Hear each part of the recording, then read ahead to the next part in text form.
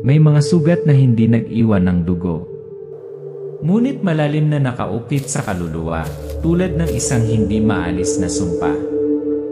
Sumapit ang gabi sa maliit na nayon sa gitna ng malalim na kagubatan. Ang tunog ng patak ng ulan sa lumang corrugated na bubong na bakal na may halong amoy ng murang alak. Sa madilim na bahay, isang batang lalaki ang nakasiksik sa sulok ng silid. Ang kanyang likod ay dumudugo, ang kanyang mga mata ay puno ng takot. Sa kabilang banda, tahimik na gumamit ng lumang sando ang kanyang kuya, si Carmelo, para balutin ang mga pulang markang parang latigo. Bawat pasuray-suray na hakbang, umaalingaw-ngaw na parang bangungot ang lasing na hiyawan ng kanyang tiyahin. Hindi tayo maaaring manatili dito sa isang gabi, Jimmy. Kung mananatili tayo, sooner or later mamamatay tayo sa kamay niya. At kaya, sa makapal na dilim, tahimik na binuksan ng dalawang bata ang pinto para makatakas sa impyerno ng sarili nilang pamilya. Hindi nila alam kung saan sila pupunta. Walang pera. Walang kamag-anak. Isa-isa lang. At isang madilim na landas ang patungo sa kabubatan, kung saan nagsisimula ang lahat ng mga alaman. Habang nagsisimulang lumiko ang bagyo, at naghahabi ang kulog at kidlat na parang mahika sa kalangitan, biglang lumitaw ang isang puting aso. Hindi tumatahol. Hindi umaatake. Nakatayo lang nakatitig kay Carmelo, parang may nakikilalang pamilyar na espiritu. Si Jimmy. Yung aso parang naghihintay sa atin. Huwag mo nang sundan kuya, nakakatakot. Ngunit may isang bagay mas malakas kaysa sa takot, isang kakaibang pagnanasa sa kaibuturan ni Carmelo na nagpasunod sa kanya. At ang pinto sa isinumpang lupain ng Rosario, kung saan hindi natutulog ang kadiliman, ay nagsimulang bumukas. Putol na itim pagbubukas. Hindi lahat ay ipinanganak para maging bayani. Pero minsan ito ang pinakamahina, ang tanging natitira kapag gumuho ang mundo. Diwatang gabay tungkod ng tadhana. The Chosen One, the Rod of Destiny. Oras, maulanang gabi, 11. Isang sirang bahay na gawa sa kahoy sa gitna ng madilim na kanayunan. Sumipol ang hangin sa mga siwang ng pinto. Panay ang buhos ng ulan, ngunit hindi malunod ang tunog ng mga latigo, mga halinhin, at ang nakakalokong tawa ng isang lasing na babae. Hindi lahat ng impyerno ay nasa ilalim ng lupa. May mga impyerno tinatawag na pamilya. Ay bahay, malamang dilaw na ilaw. Si Carmelo, 15 taong gulang, na may hawak na basang tuwalya, nanginginig na pinapahid ang malalalim na marka ng latigo sa likod ng kanyang nakababatang kapatid na si Jimmy, 9 taong gulang, ay tahimik na umiiyak. Sa mesa, mga walang laman na bote ng alak, mga basag na plato ng pagkain. Hilik si Tita Clara sa silid, isang payat at mabangis na babae, na hinampas lang si Jimmy hanggang sa dumugo dahil sa aksidenteng natapon ang isang mangkok ng kanin. Jimmy, ungol, mahina ang boses. Mahal, hindi nagagaling ang likod ko eh. Carmelo, nagngangalit ang kanyang mga ngipin, nakakuyom ang kanyang mga kamao. Hindi tayo maaaring manatili dito sa ibang araw. Nakadunggaw sa bintana ang mga mata ni Carmelo, madilim ang langit, may paparating na bagyo. Desisyon ni tumakas.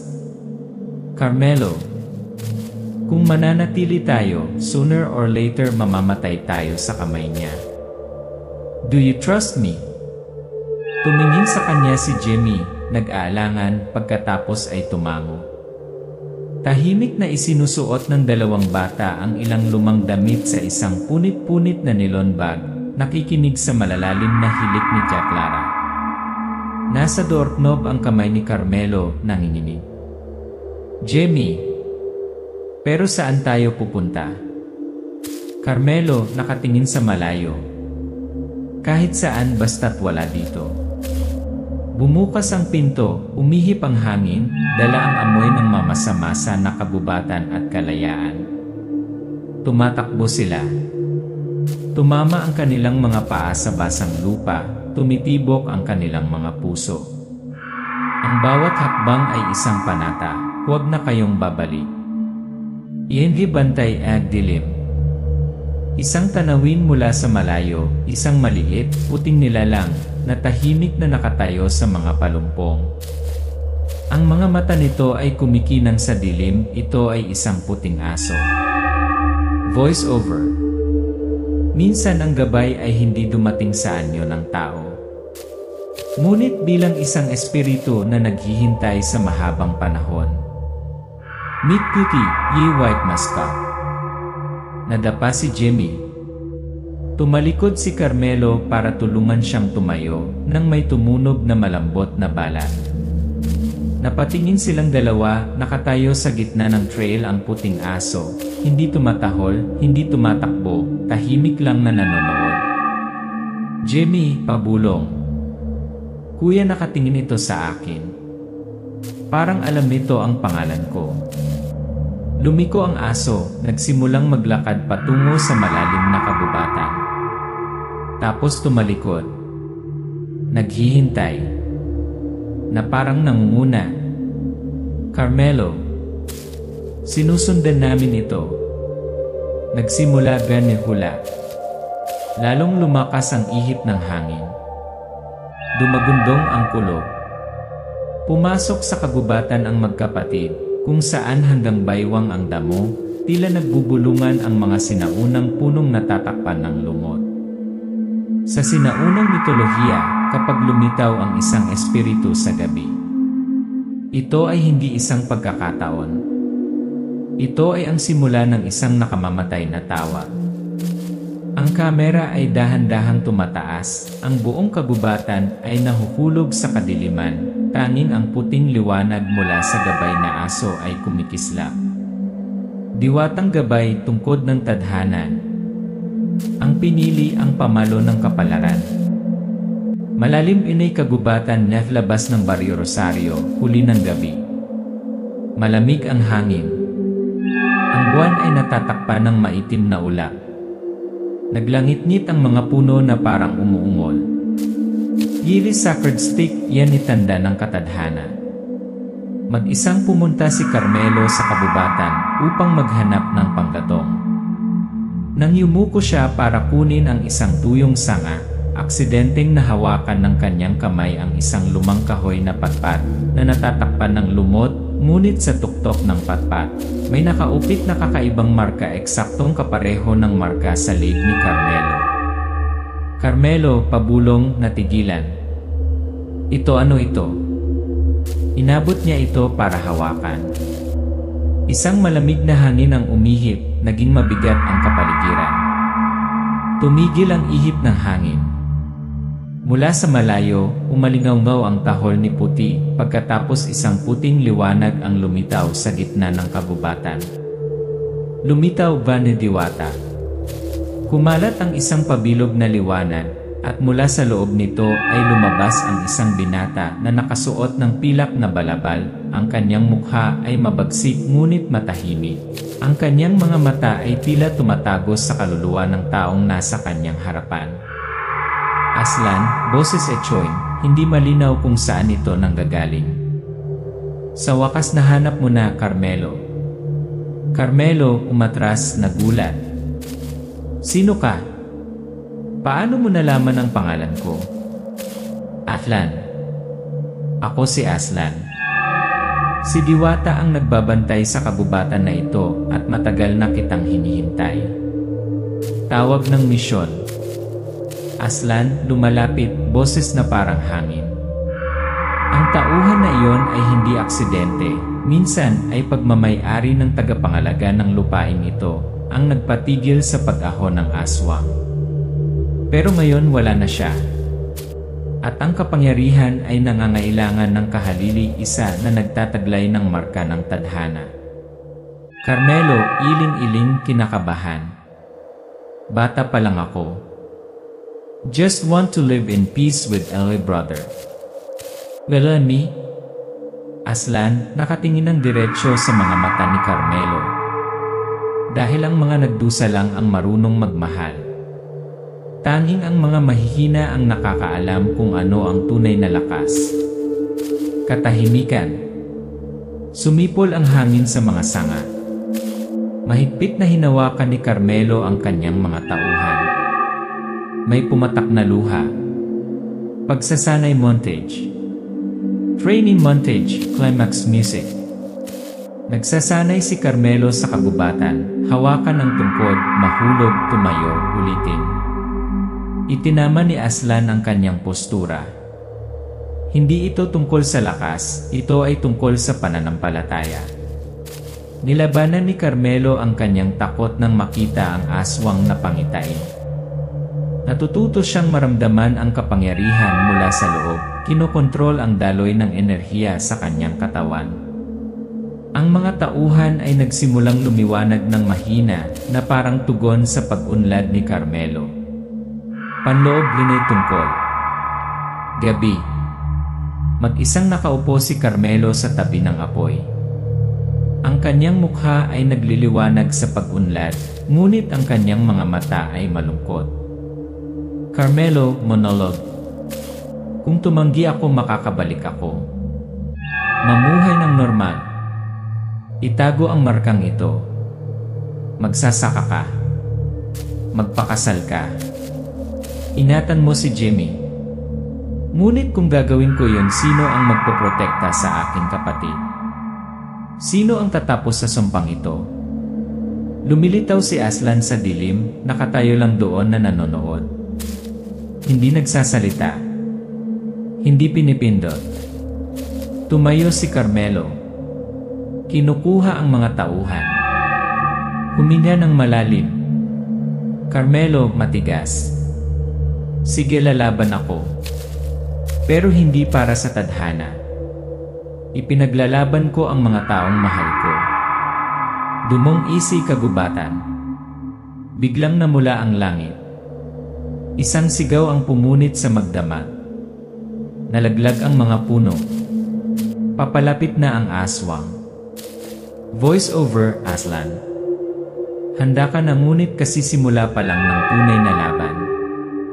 Setting, kagubatan ng Rosario, gabi, malalim, maubos, tunog. Si Carmelo, dala ang kanyang sagradong tungkod, ay lumakad ng malalim sa kabubatan kasunod ng malabong tawag. Ang malamig na hangin ay umiihip sa mga puno na parang sinaunang bulong. Biglang huminto ang lahat ng tunog. Wala ng hangin. Wala ng mga insekto. Isang puting liwanag ang bumubukas sa pagitan ng mga puno, parang isang madilim na portal mula sa ibang mundo. Mula sa loob nito, lumabas si Aslan. Ang kanyang buong katawan ay kumikinang na kasing lambot ng liwanag ng buwan. Malalim ang kanyang mga mata, walang refleksyon. Aslan, sa mahina at makalupang boses. Carmelo, hanap mo na ako, ayon sa tadhana.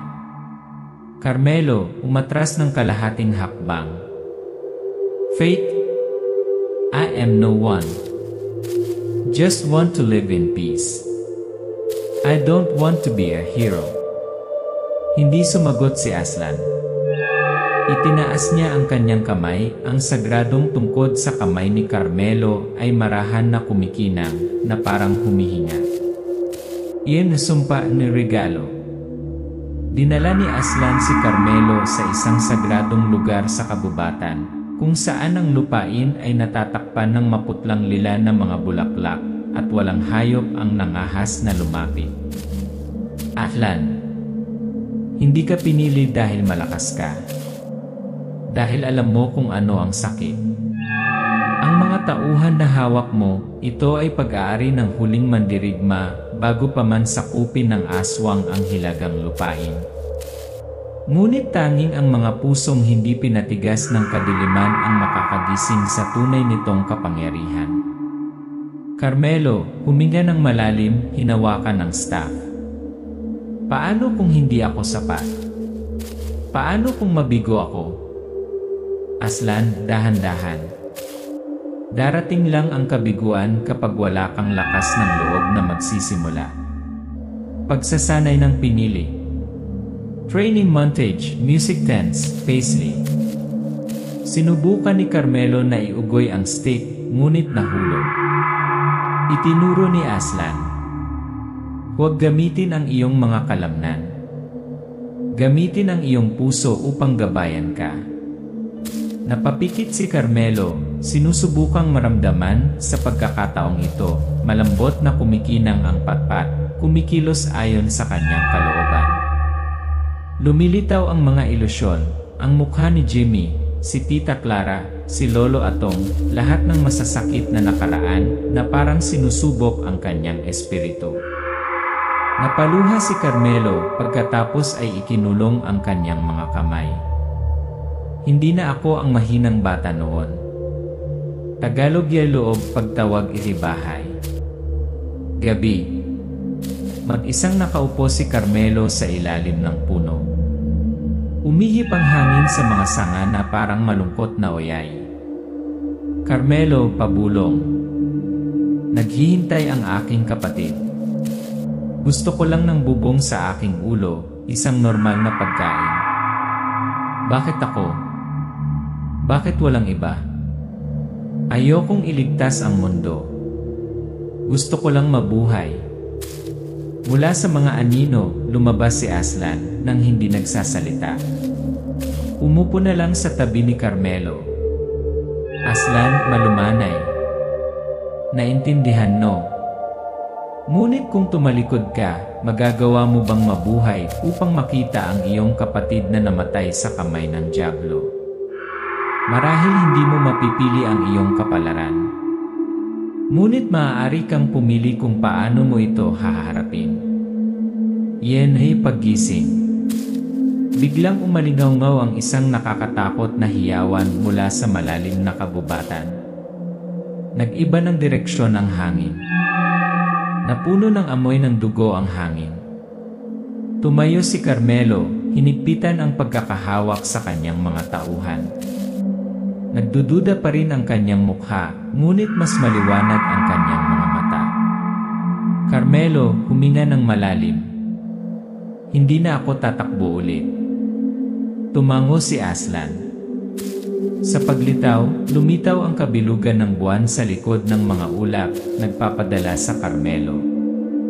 Ang buwan ay kumikinang ng maliwanag. Sa unang pagkakataon, ito ay naninginig na parang kinikilala ang pagdating ng kanyang tunay na amo. Ngayon ay Echos ng Tadhana. Voice over, Aslan. Hindi na ito lalaki. Ngunit ang tanging liwanag habang ang kadiliman ay nagsimulang lamunin ang lahat. Rosario Village, dapit hapon. Mabigat ang hangin, halo-halong ambon ang amoy ng nasusunog na laman. Hindi tumitilaok ang mga tandang. Ang mga aso ay hindi tumatahol. May paparating. Alamat ng sakuna. Nagising si Carmelo sa kalagitnaan ng gabi, basang-basa sa pawis. Sa labas, dumadagundong ang kulog ngunit walang kidlat. Jimmy, nag-aalala. Kuya, may mangyayari. Nakikita ko may gumagapang sa paligid ng ngayon. Humakbang palabas si Carmelo, hawak-hawak ang kanyang mga tauhan, nakatingala sa langit. Umiikot ang mga itim na ulap, sa gitna ay may black hole na lumalawak. Hindi unang atake. Ang mga hiyawan ay tumatagos sa gabi. Ang mga aswang ay bumubuhos sa nayon mula sa lahat ng panig, kalahating tao, kalahating demonyong nilalang. Ang mga mata ay mamula-mula sa apoy ng impyerno, mga kuko ng isang talampakan ng haba. Ang mga taga-nayon ay sumisigaw, tumakbo. Nasusunog ang mga bahay. Nasira ang mga puno. Umiiyak ang mga bata. Bumagsak ang mga matatanda. Si Lolo Atong, armado ng isang sinaunang itak, ang namumuna sa ganting atake. Lolo Atong sumisigaw ng malakas. Lahat ng lalaki sumunod sa akin. Mga babae at bata sa simbahan. Isara ang lahat ng pinto. Lumilitaw si Carmelo. Ang kanyang sagradong tungkod ay kumikinang ng maliwanag, ang kanyang mga mata ay malamig. Carmelo, protektahan sila. Ipaubaya ang mga halimaw sa akin. Nagbunyag iyan hitaksil. Sa gitna ng kaguluhan, lumabas si Kapitan Zandro sa mga anino. Siya ay hindi nasaktan. Sinusundan ng mga mata niya si Carmelo. Zandro, malalim, sarkastikong boses. So, ikaw ang batang may marka. Dapat pinatay na kita sa unang araw na pumunta ako rito. Huminto ang mga taga-nayon at lumingon. Villager isa na sindak. Kapitan, anong sinasabi mo? Zandro, mahina ang boses, kumikinang na pula ang mga mata. Wala nang dahilan para magtago pa. Nagsisimulang manginig ang kanyang katawan, pumutok. Nababalot ang kanyang balat. Ang kanyang anyo ng tao ay napunit. Isang higanting demonyo, kalahating tao, kalahating paniki, kalahating kalansay ang lumitaw. Jimmy, nanininig. Kuya, yan ang pinakamalaking aswang nakita ko na. Carmelo, namumungay ang mga mata. Hindi. Iyan ang pumatay sa ating mga magulang. Iyan ang huling laban. Sina Lolo Atong at Carmelo ay sumulong. Ang buong nayon ay nagiging isang larangan ng digmaan. Ang sagradong staff ay nagpapalabas ng mga shockwaves ng liwanag. Bawat indayog ay nagpapadala ng dose-dosenang mga aswang na lumilipad. Ginagamit ni Lolo Atong ang kanyang itak para putulin ang ulo ng maitim na nilalang, itim na dugong tumalsik kung saan-saan. Ang mga taga-nayon ay nagsimulang manumbalik ang kanilang espiritu na sumali sa labanan. Nagdura si Zandro ng itim na apoy, ginamit ang dilim upang takpan si Carmelo, hinila siya sa isang madilim na espasyo. Iyan ay katotohanan tungkol ang bloodline. Sa ilusyong mundong iyon, nakakita si Carmelo ng kakaibang tanawin, lumilitaw ang dalawang kumikinang na figura. Sila ay isang lalaki at isang babae, pamilyar na mga mata. Babae, pabulong. Anak, oras na para malaman mo ang totoo. Kami si Diwata na nagsakripisyo ng sarili para iligtas ka sa aswang. Ang aming dugo dumadaloy sa iyo. Ang sagradong tungkod ay sumiklab, isang nakasisilaw na liwanag ang tumatagos sa dilim. Nagising si Carmelo, ang kanyang mga mata ay determinado, ang kanyang panloob na lakas ay sumisikat. Carmelo, atungal. Hindi na ako natatakot. Tatapusin ko ang lahat. Tagumpay ehi pagdugo. Sumiklab ang labanan hanggang kamatayan sa pagitan ni Carmelo at Zandro. Si Zandro ay pumailang lang sa langit, ipinapapak ang kanyang mga pakpak upang lumikha ng shockwave. Si Carmelo ay humarang gamit ang kanyang tungkod, pagkatapos ay tumalon, umiikot, at sinaksak ang demonyo sa tiyan. Sumisigaw si Zandro, ngunit hindi tumitigil si Carmelo. Sunod-sunod na suntok ang pinakawalan, ang kanyang mga tauhan ay kumikinang na parang araw. Carmelo, pabulong. Para kay Jimmy, para sa ating mga magulang, para sa mga kaluluwa ng mga patay. Ang huling suntok ay tumagos sa puso ni Zandro. Ang kanyang buong katawan ay sumabog-sabog. Nagliliwanag ang langit. Scene 7, Danny Tragic yan. Ang usok ay lumilinaw. Sumisikat ang araw. Lumuhod ang mga tao sa paligid ni Carmelo, tumutulo ang mga luha sa kanilang mga mukha. Mamamayan dalawa, iniligtas mo kami. Niyakap siya ni Jimmy ng mahigpit. Ipinatong ni Lolo Atong ang kanyang kamay sa balikat ni Carmelo, tumango ng may pagmamalaki. Lolo Atong, ikaw ay isang diwata. Ngunit higit pa riyan ikaw ay pag-asa. Tumingala si Carmelo sa langit, kung saan sumisikat ang liwanag sa mga ulap. Voice over. Walang ipinanganak para maging bayani. Ngunit pagdating ng dilim, tanging ang mga pusong hindi sumusuko ang makapagbibigay liwanag sa daan. Rosario Village, kinaumagahan. Nasunog na mga puno. Nagkalat ang mga bangkay ng aswang. Nililinis ng mga taga-nayon ang mga resulta ng labanan. Lumabas si Carmelo mula sa kubo na gawa sa kahoy, hawak ang kanyang sagradong tungkod. Tumakbo si Jimmy palabas at niyakap siya. Jimmy, masaya. Buhay ka. Buhay ka. Nakatayo sa likuran niya si Lolo Atong, buong pagmamalaki na nakatingin kay Carmelo. Ngunit sa paglabas nilang tatlo sa plaza, sinalubong sila ng kakaibang tingin mula sa mga taga-nayon. Malayong tingin. Bulong. Mamamayan, pabulong. Tapos siya ang may marka. Hindi ba dahil sa kanya nagpakita si Sandro ng tunay niyang anyo? Pinatay niya ang demonyo, ngunit dinala rin niya ang kadiliman dito. Itinanggi Veni katotohanan. Nang gabing iyon, ang bagong kapitan na inihala ng mga taga-nayon ay dumating upang makita si Carmelo. Bagong kapitan sa may problemang boses. Kami ay nagpapasalamat, ngunit ang mga tao ay natatakot sa iyo. Ang markang iyon ay isang masamang palatandaan para sa nayong ito. Carmelo, tahimik, lumungkot ang mga mata. Naiintindihan ko. Jimmy, galit. Hindi makatarungan yan. Iniligtas kayong lahat ng kapatid ko. Kung wala ang kapatid ko, patay na kayo ngayon. Lolo Atong, sa mahina at pigil na boses. Huwag Jimmy, ang mga tao ay natatakot sa hindi nila naiintindihan. Tahimik na umalis si Carmelo, walang reklamo. Voice over.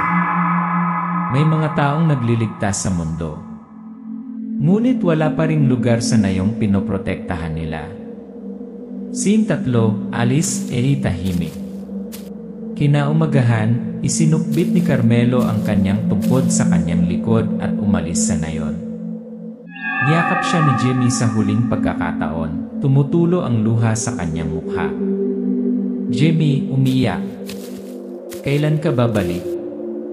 Carmelo, nakayuko, hinawakan ang kanyang mukha. Kapag ang mundo ay nangangailangan ng isang outcast na tulad mo. Tahimik na sinusundan ni Puti, ang puting aso, si Carmelo, hindi pa rin mapaghihiwalay. Iyan ay malalim, enay kagubatan, yan ay tahimik, enay pagsasanay. Mabilis na paggalaw, montage. Si Carmelo ay nagsasanay sa kagubatan araw-araw, nakikipaglaban sa mga ilusyon, sinusubukan ang kanyang kalooban. Ang sagradong tauhan ay naglalabas ng mas at mas matatag na liwanag. Laging nasa malapit si Puti, minsan nakatingin kay Carmelo gamit ang mga mata ng tao. Isang gabi, huminto si Carmelo, bumuntong hininga. Carmelo. Alam ko, Aslan. Huwag mong isipin na hindi ko nakikilala. Puti ay nagiging puting liwanag, lumitaw si Diwata Aslan. Aslan, malumanay. Lalong lumakas ka araw-araw. Pero kasisimula pa lang ng digmaan. Reunion, Memories, then Forecasts. Isang araw, palihim na bumalik si Carmelo sa nayon. Pinapanood si Jimmy na naglalaro sa ilalim ng matandang puno mula sa malayo. Lumabas si Lolo Atong mula sa likuran, hindi man lang nagulat. Lolo Atong, alam kong babalik ka kahit na makita mo lang ang kapatid mo sa malayo. Tumalikod si Carmelo, namumula ang mga mata. Walang sinabi ang dalawa, magkatabi lang, pinapanood ang paglubog ng araw. Lolo Atong, pabulong. Si Sandro ay isang maliit na bahagi lamang ng kadiliman. Pakiramdam ko may mas malaking bagay na umaangat mula sa north. Open ending, yan ni Guardian, Needline. Gabi. Naglakad si Carmelo sa gilid ng kagubatan, dumikit sa kanyang likuran, ang mga mata ay nakatingin sa malayo. Isang itim na bitak ang lumilitaw sa lupa, at isang kakaibang tunog ang nagmumula sa ilalim ng lupa. Voice over. Ang presyo ng liwanag ay hindi kailanman magpahinga. At alam ni Carmelo, kapag nagsindi ang apoy, ito rin ang oras ang kadiliman ay nakahanap ng daan pabalik.